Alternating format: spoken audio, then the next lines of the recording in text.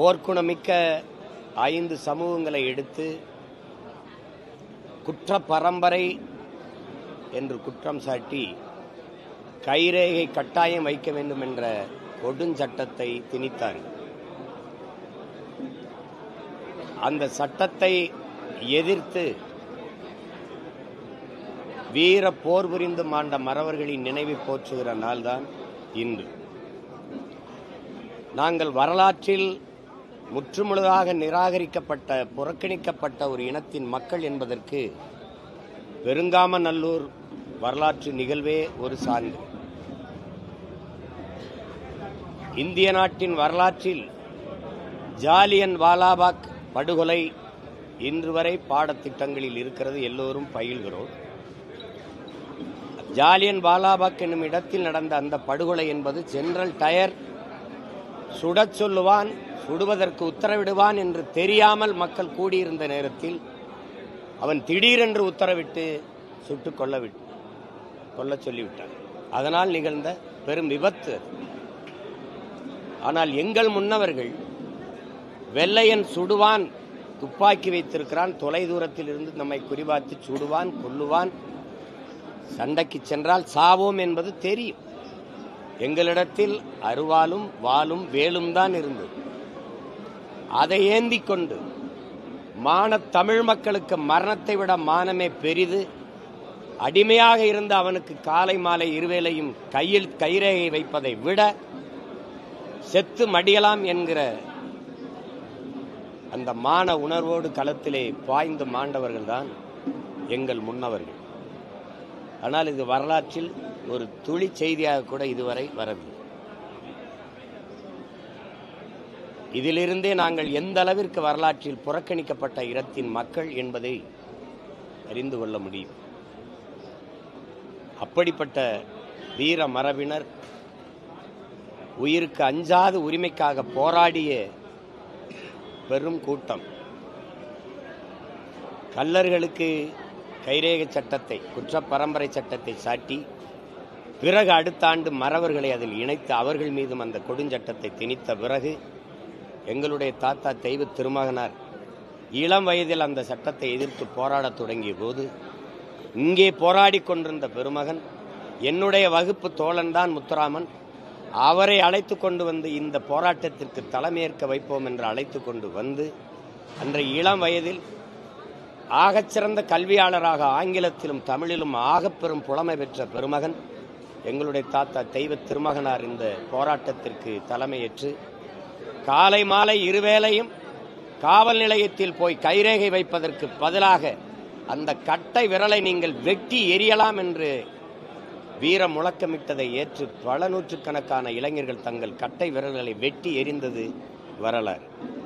அப்படி அந்த வீர போர் விருந்த மறவர் கூட்டத்தில் மாயக்கா என்ற மான மரத்தி அவளும் போரிட்டு மாண்டாள் என்பது நாங்கள் கூட எங்களுடைய தாத்தா மூக்கையத்தவர் 100ஆண்டு விழாவிலே பேரறிவிப்பு செய்தோம்.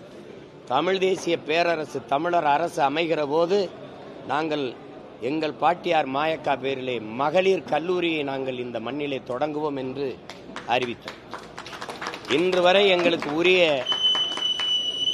போற்றத்தக்க வழிபடத்தக்க வழியும் இல்லை, வாய்ப்பும் இல்லாமல் இருக்கிறது. நாங்களே அந்த மண்டபம் கட்டிக்கொண்டு நாங்களே அதுக்கு பாதையை போட்டுக்கொண்டு, ஏனென்றால் இந்த கூட்டத்திற்கு இங்கே வந்து வழிபடுபவர்களுக்கு வாக்கு இல்லை என்று அதிகாரத்தில் இருப்பவர்கள் அரசியல் செய்யலாம் நினைக்கிறார். பூலித்தேவன் புறக்கணிக்கப்பட்டான், வீர பெரும்பாட்டியார் வேலு நாச்சியார் புறக்கணிக்கப்பட்டிருக்கிறார், மானமரவர்கள் எங்கள் பாட்டன்கள் மருது பாண்டியர்கள் புறக்கணிக்கப்பட்டிருக்கிறார்கள். காரணம், ஒற்றை பெரும் அடையாளமாக இருக்கிற எங்கள் தாத்தா தெய்வ திருமகனார் முத்துராமலிங்கத்தார் ஒரு நினைவிடத்திலே மாலை வைத்து வணக்கம் செலுத்தி விட்டால் இந்த 3 பெரும் கூட்டமும் கள்ளர் மறவர் அகமுடையர் என்று முக்குளத்தோர் என்று போற்றுகிற அந்த தேவரின மக்கள், தேவர் பெருங்குடி மக்கள் தங்களுக்கு வாக்கு செலுத்தி விடுவார்கள் என்று இந்த அரசியல் அதிகாரங்கள் எண்ணுவதாலேயே நம்புவதாலேயே நிராகரிக்கிறார்கள். வருவரும் காலங்களில் எழுச்சி மிக்க இளைய தமிழ் இளம் தலைமுறையினர் எழுந்து வருகிறார்கள். எங்கள் இன வரலாற்றை மீட்டுருவாக்கம் செய்ய மீளெழுச்சி கொள்வைப்பதற்காக பெரும் புரட்சிகர ஒரு அரசியலை முன்னெடுத்து வருகிறார்கள். நிலை மாறும். நீங்கள் அடுத்தடுத்த ஆண்டு தேர்தல் நெருங்கும் போது இன்னும் பெரிய அளவில் இதெல்லாம் கவனம் பெறும். நீங்கள் அதை பார்க்கத்தான் போகிறீர்கள். ஒரு காலம் வரும், எங்களுடைய வரலாற்றை நாங்களே எழுதுவோம் என்கிற உறுதியை இந்த நாளில் ஏற்கிறோம். வீர போர் புரிந்து மாண்ட எங்கள் முன்னவர்களுக்கு பெருமிதத்தோடும் திமிரோடும் எங்கள் வீர வணக்கத்தை நாங்கள் செலுத்துகிறோம்.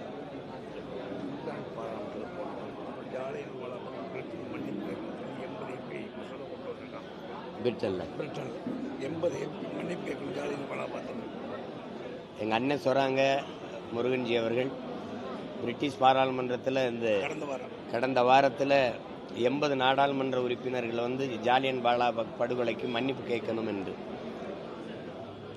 அது படுகொலை இல்லை, அவர் திட்டமிட்டான படுகொலைங்கிறது எங்களுக்கு நிகழ்ந்தது தான். நாங்கள் தான் போரிட்டு மாண்டோம். மரணத்தை எதிர்நோக்கி களத்திலே பாய்ந்து மாண்டவர்கள் நாங்கள் தான்.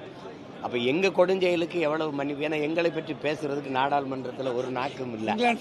இங்கிலாந்து பாராளுமன்றத்தில் அவன் பேசுகிறான். அதெல்லாம் நான் எங்கள் அண்ணனுக்கு உறுதி சொல்கிறேன். நமக்கு ஒரு காலம் வருது, அது அன்னைக்கு நம்ம பார்த்துக்கலாம். வேற ஏதாவது கேள்வி இருக்கா? அதான் கச்சத்தீவை பேசி ஆகணும். ஏன்னா எங்களுடைய தாத்தா மூக்கையத்தவர் அவருடைய நினைவை நாங்கள் போற்றி கொண்டிருக்கிறோம். அவருடைய பிறந்த நாள் கடந்து சென்றிருக்கிறோம். இங்கே அறிவார்ந்த தமிழ் சமூக மக்கள், என் இன சொந்தங்கள், எண்ணினுமில்லை என் தம்பி தங்கிகள் இந்த செய்தியை, இந்த நிகழ்வை ஆழ்ந்து கவனிக்கணும். அவங்க சொல்கிற காரணம் கச்சத்தீவை கொடுத்ததுக்கு அது எதுக்கு, அதில் என்ன இருக்குது? ஒரு சொட்டு தண்ணி கூட இல்லை என்கிறார். இவருடைய ஆழ்ந்த அறிவை இதை பாருங்க.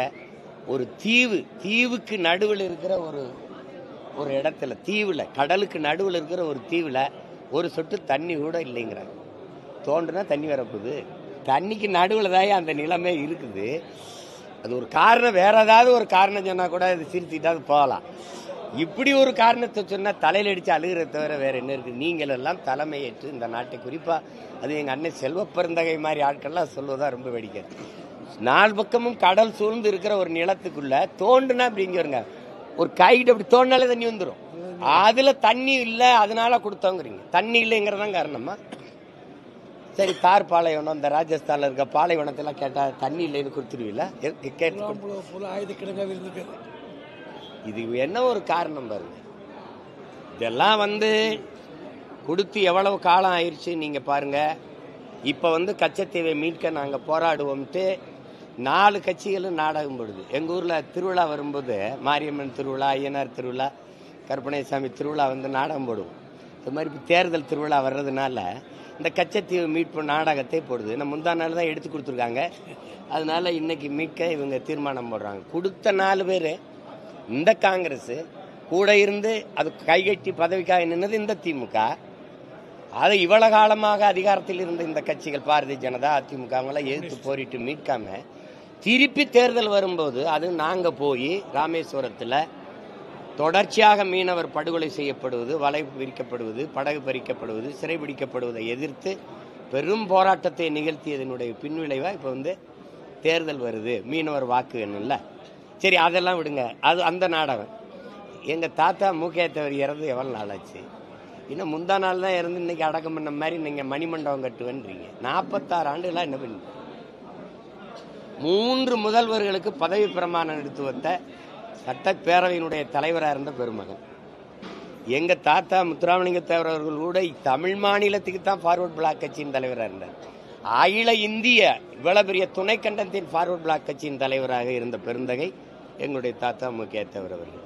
அவருக்கு என்ன மரியாதை இருக்கு? நீ இப்போ தேர்தல் வரும்போது அந்த இனப்பு சொந்தங்களெல்லாம் நாங்கள் பேரெழிச்சு கொண்டு எழும்போது அந்த வாக்கை குறிவித்து நகருகிற இந்த அற்ப நாடகத்தை இந்த திராவிடர்கள் நிறுத்திக்கணும்.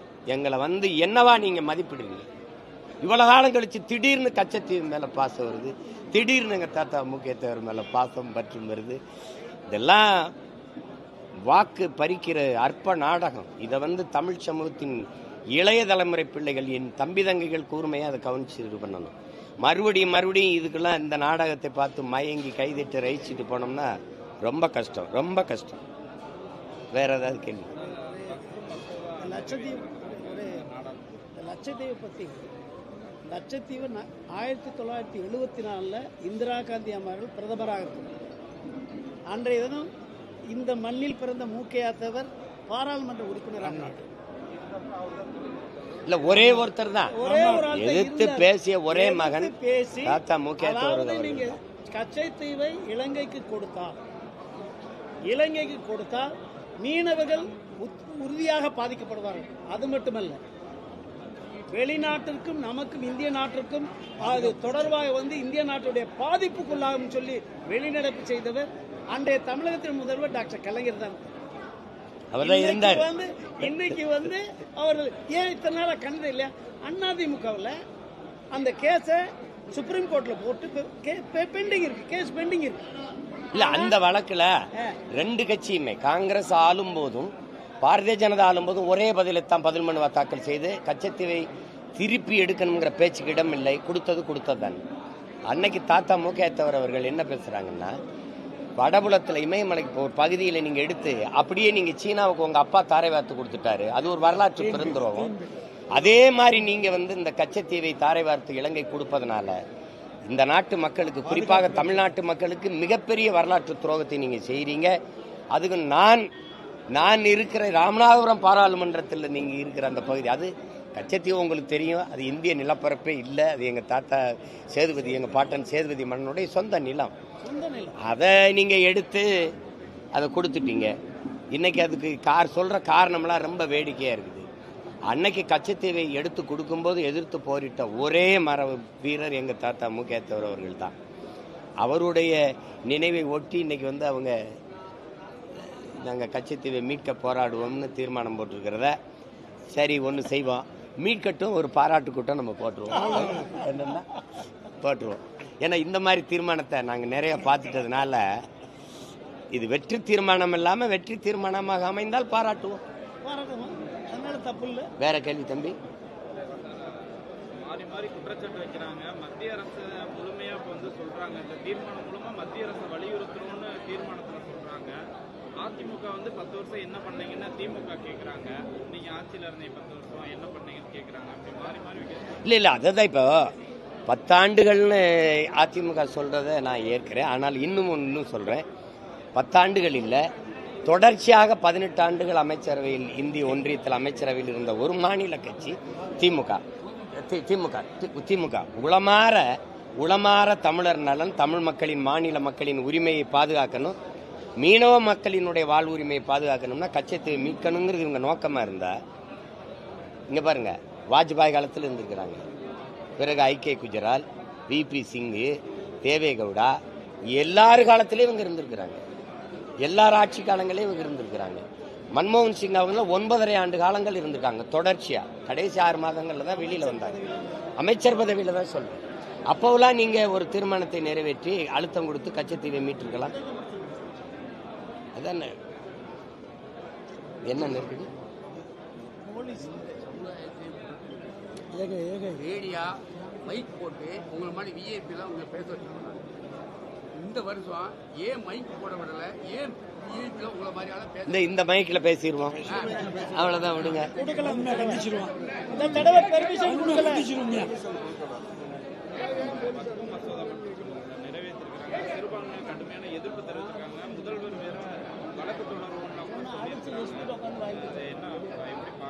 அது உங்களுக்கு தெரியுதே, பாரதிய ஜனதா அதனுடைய அரசியல் இஸ்லாமிய மக்களுக்கு எதிரான நிலைப்பாடை எடுப்பதான் இந்துக்களுடைய வாக்கை தன் பக்கம் குவிக்க முடியுங்கிறது அதனுடைய அரசியல்.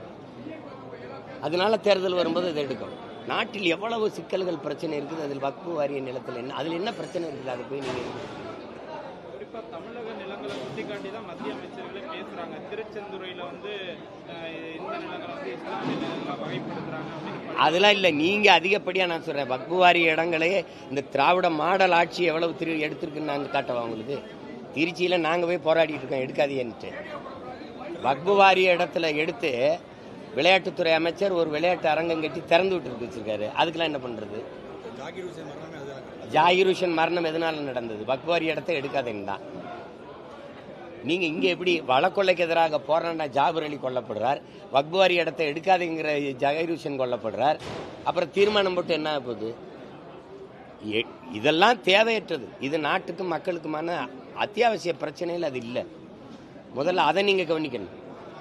அதை விட்டுட்டு சும்மா போய் தேர்தல் நேரத்தில் நீங்க இந்த இஸ்லாமிய மக்களின் மீது வெறுப்பு உமிழ்வது, அந்த வாக்கை ஒரு தரப்பினர் வாக்கை குவிக்கிறதுக்கு போராடுவது, இதெல்லாம் ஒன்றுபட்டு இருக்கிற நாட்டினுடைய ஒருமைப்பாடு, இறையாண்மை சிதைக்க வழிவகுக்குமே ஒழிய ஒற்றுமைக்கு ஒருபோதும் அது வந்து கிடையாது. ஒன்றும் கிடையாது. இந்த நாட்டுக்கு கரெக்டா பயனாகவும் ஆகாது. ஆகவே ஆகாது. வேற ஏதாவது கேள்வி? அவ்வளவுதானே.